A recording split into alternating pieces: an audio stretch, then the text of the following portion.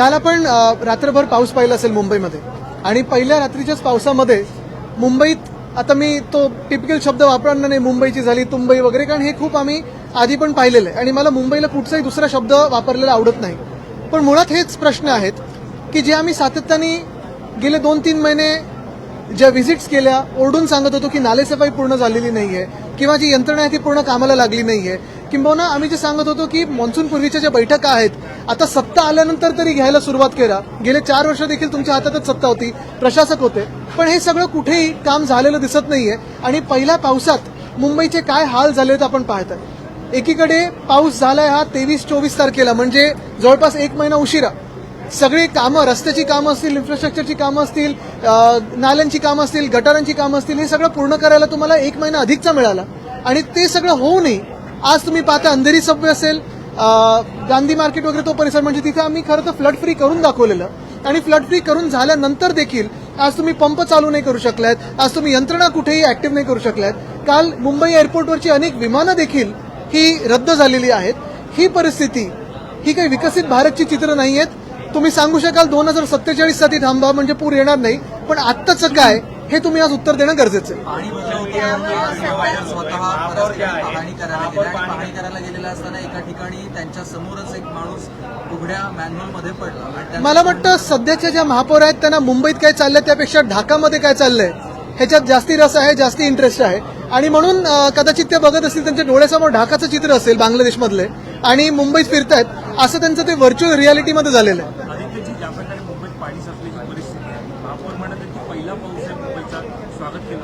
मुंबईत किंवा देशामध्ये पाऊस हा खरा अर्थमंत्री असं म्हटलं जातो देशासाठी, पण आज आपण पाहतोय जी काही कामं गेल्या 3-4 महिन्यात ह्यांचेच काही फोटो मग असं बोट दाखवताना मग हा नाला साफ झालाय का तो नाला साफ झालाय का जे काही आरोप लावले ज्यांना ब्लॅकलिस्ट केलं त्यांनाच परत कॉन्ट्रॅक्ट दिले हे सगळे घोळ घालून पुन्हा एकदा महापौरांच्या समोरच एका मॅन्युअलमध्ये आपण पाहिलं असेल पहिल्यांदा हे चित्र पाहिलं मी की महापौर बघतायत आणि त्यांच्यासमोर मॅन्युअलमध्ये कोणतरी एक व्यक्ती पडलेली आहे.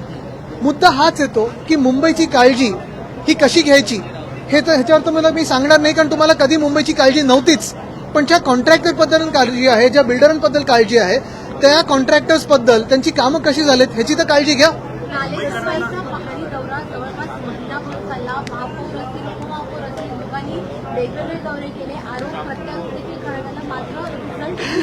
महापौर आणि उपमहापौरांमध्ये जे वाद होते ते लोकांसमोर आले, पण कुठेही जे पाणी दौरा होता त्याच्यातून काय साध्य झालंय समोर आलेलं नाही. आज मुंबईला बुडवून दाखवलेलं नाही हे आपल्या समोर आहे.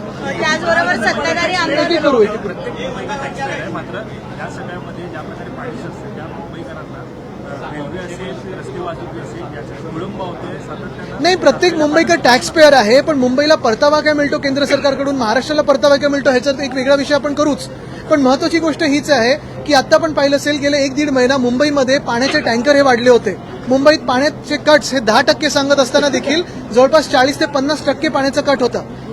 अनेक ठिकाणी पाण्याचा दाब नव्हता आणि हे सगळं झाल्यानंतर अचानक काल पाऊस आला आणि महापौरांसमोरच एक मॅनहोलमध्ये व्यक्ती पडलेली आहे. म्हणजे ना तुम्हाला धड पाण्याचा दुष्काळ किंवा टंचाई सांभाळता येते आणि ना तुम्हाला धड पाण्याची अतिवृष्टी सांभाळता येते. पाऊस नाही सांभाळता येते, अतिवृष्टी पण झाली नव्हती काल रात्री.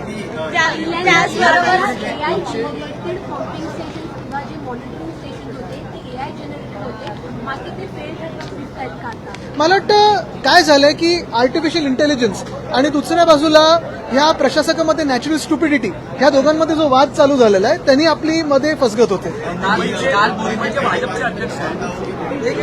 मराठी म्हणतं भाजपचे अध्यक्ष आहेत हे राज्यसभेचा ज्यावेळेला दौरा महापौरांचा असायचा त्यावेळेला ते सक्रिय असायचे आणि यावेळेला मुंबईमध्ये पाणी साचणार नाही मुंबईकरांना यावेळेला दिलासा मिळाला. दिलासा म्हणजे कोणाला दिलासा मिळाला तर कॉन्ट्रॅक्टरला दिलासा मिळाला. आणि महत्वाची गोष्ट मी तुम्हाला परत एकदा हीच सांगेन, ना तुम्ही डिसॅलिनेशनचा प्लांट पूर्ण करू शकलात गेल्या 4 वर्षामध्ये आणि ना तुम्ही जे काही आम्ही रेन वॉटर होल्डिंग टँक्स करत होतो ते पूर्ण करू शकलो.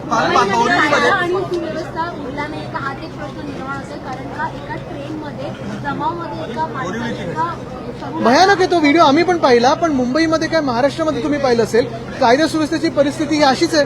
बरं, गृहमंत्री स्वतः मुख्यमंत्री असून देखील आज आपण पाहतोय अनेक औचित्याचे मुद्दे देखील इथे सादर केले गेले. अनेक वेगळे आमदार बोलत आहेत, सत्ताधारी असतील विरोधी पक्षातले असतील, पण नोंद कोण घेतं?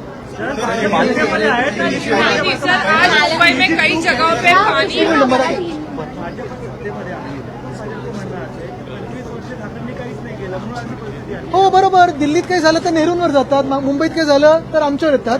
मुद्दा हा आहे की गेले 4 वर्ष तुमच्याकडे हातात सगळ्या सत्ता होती. वरपासून खालपर्यंत ट्रिपल इंजिनचं सरकार होतं. केंद्र सरकार तुमचं, राज्य सरकार तुमचं, महानगरपालिकेत प्रशासक तुमचे. मग आम्ही जे काही सल्ले तरी देतो ते तरी घ्या. घटना आहे त्याचा उद्या निकाल लागणार आहे. ही पहिल्याची केस आहे ज्याचा निकाल सगळ्यात लवकर लागणार आहे. न्याय मिळायचं वाटतं. पहिलं उद्याचा निकाल तर येऊ द्या. सर, जिस तरीके से मुंबई में आज कई जगहों पे वाटर लॉगिंग हुआ है, ऋतु तावड़े जी ने भी पहाड़ी की है, क्या आपका एनालिसिस? नहीं, उनका मुंबई के मेयर अभी जो करंट मेयर है उनका ज्यादा फोकस बांग्लादेश और ढाका पे है, मुंबई में नहीं है. तो एक वर्चुअल रियलिटी वर्ल्ड में वो जी रही है. लेकिन जो हम कहते आए कि अगर आप देखें तो पानी की कमतरता अभी तक थी, कल तक थी.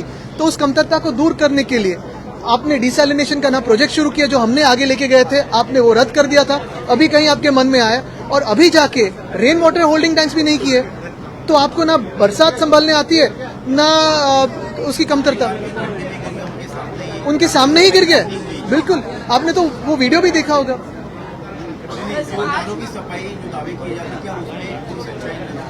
सच्चाई यही है कि बीजेपी सिर्फ कॉन्ट्रैक्टर्स और बिल्डर्स की पार्टी रही है अब, और उन्हीं का उनसे ही प्यार है. आज शाम को 5 बजे ओम बिरला जी के साथ आपके 2 सांसद की मुलाकात है, जो अक्षय बगावत के सांसद है, उनका रजिस्ट्रेशन रद्द करने की मांग. बिल्कुल, आज 5 बजे उसका हियरिंग है और हम यही अपेक्षा करते हैं कि हमें न्याय मिले और इस देश के संविधान का पालन हो. मुंबई ट्रेन की स्टैम्पिंग की एक मुद्दा सामने आई है. बहुत सारी ऐसे बातें पूरे महाराष्ट्र में हो रही है. कानून व्यवस्था की आप देखो धज्जियां उड़ रही है, लेकिन ना गृह मंत्री सीरियस है ना सरकार सीरियस है. केईएम हॉस्पिटल का नाम बदलने के लिए बातें तो सिर्फ यही होती है, नाम बदलो, चेहरा बदलो, सिंबल बदलो. परिस्थिति कब बदलेगी? जो केएम हॉस्पिटल के लिए जो मदद होनी जरूरी है, जो सपोर्ट मिलना जरूरी है, वो भी तो थे. वापस एक बार यूनिफॉर्म सिविल Last कोड एक को और में. लेके चर्चाएं हो रही है. आप इस मुद्दे के कल हमने यही कहा है कि यूनिफॉर्म सिविल कोड पहले पेश तो हो, दूसरी बात उसके मेरिट्स पे बात होगी, और तीसरी बात यूनिफॉर्मिटी हर एक चीज में होनी चाहिए. ईडी, आईटी, सीबीआई की जो रेड्स होती है, जो एक्शंस होती है, वो कितने सत्ताधारी पक्ष पे हुए वो भी तो बताए. सर, बंदूक से जवाब देंगे, बम गिराएंगे, ऐसी भाषा संजय दीना पाटिल कर रहे हैं. किधर से? संजय दीना पाटिल भाषा कर रहे हैं कि हम बम गिराएंगे, बंदूक से यानी वो जवाब देंगे. कौन से क्या बम क्या शिवसैनिकों को तोड़ो, ऑपरेशन तोड़ो, आगे नहीं, यानी कुछ अलग बात कर रहे थे कि बम यानी बॉम्ब के बाद. आरक्षित असणारे बीएमसीचे आरक्षित असणारे 300हून जास्त पदे विकण्यात आलेले आहेत. प्रशासकीय राज्यात मुद्दा हाच आहे की आपण पाहिलं असेल प्रत्येक गोष्टीत त्यांनी घोटाळा केलेला, भ्रष्टाचार केलेला आहे, आणि म्हणून जे आम्ही व्हाईट पेपर सतत मागत आहोत ते देण्याची त्यांची हिंमत नाहीये.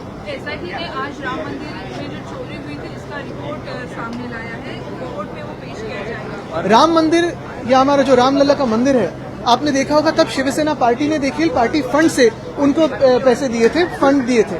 यही बात है कि हम सारे भक्त हैं.